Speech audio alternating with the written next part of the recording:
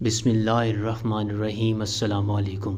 نماز عصر کی جماعت کے لیے جو ہی تکبیر شروع ہوئی، میرے برابر میں کھڑا شخص پیچھے ہٹا اور آخری صف میں جا کر کھڑا ہو گیا۔ میں نے اسے حیرانی سے دیکھا، پھر امام کے اللہ اکبر کے ساتھ ہی نماز شروع ہو گئی۔ نماز میں بار بار میرا خیال بھٹک کر اس کی طرف چلا جاتا تھا کہ وہ کون ہے اور اس طرح کی حرکت کا کیا مطلب ہے۔ اس کی حرکت میرے لیے ناقابل فہم تھی۔ نماز ختم کر کے امام صاحب نے دعا مانگی۔ دعا کے اختتام پر میں فوراً اس کی طرف لبکا۔ وہ ابھی دعا مانگنے میں مشغول تھا۔ 30 سال کے لگ بھگ عمر، بالکل واجبی سی شکل و صورت، تھوڑی سی بڑی ہوئی داڑھی، جیسے کچھ دنوں سے شیو نہ کر رہی ہو۔ ایک دو جگہ سے تھوڑے سے پھٹے سلوٹوں سے بھرپور مگر دھلے ہوئے سادہ سے کپڑے پہنے، وہ آنکھیں موند کر بڑے خشوع و خضوع سے دعا مانگ رہا تھا۔ میں اس کی دعا ختم ہونے کا انتظار کرنے لگا۔ چنانچہ تھوڑی دیر بعد اس نے دعا ختم کی اور اٹھنے لگا۔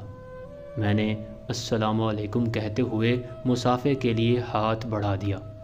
وعلیکم السلام ورحمۃ اللہ۔ اس نے مصافحہ کرتے ہوئے سوالیہ نظروں سے میری طرف دیکھا۔ کیا نام ہے آپ کا؟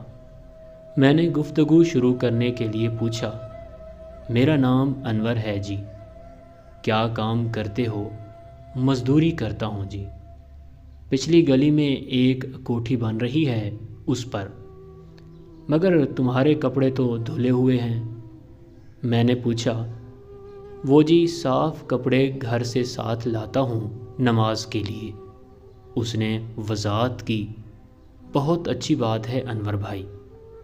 مزدوری تو اللہ تعالیٰ کو بہت پسند ہے اور ہاتھ سے کمانے والا تو اللہ کا دوست ہوتا ہے۔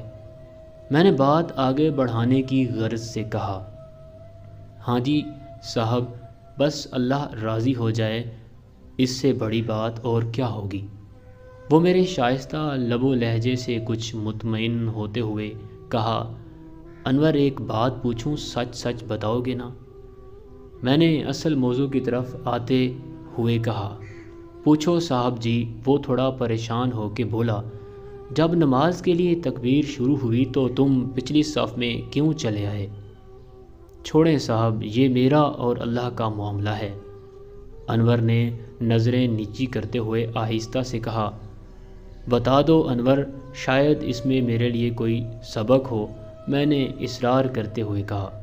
میرے مسلسل اصرار اور تھوڑی سی پس و پیش کے بعد اس نے بتایا کہ اس میں سبق شبق تو کوئی نہیں صاحب جی، بس بات اتنی ہے کہ ہم بہت گنہگار لوگ ہیں اور رب کے حضور جانے والی سواری کے فرنٹ سیٹ کے قابل نہیں ہیں۔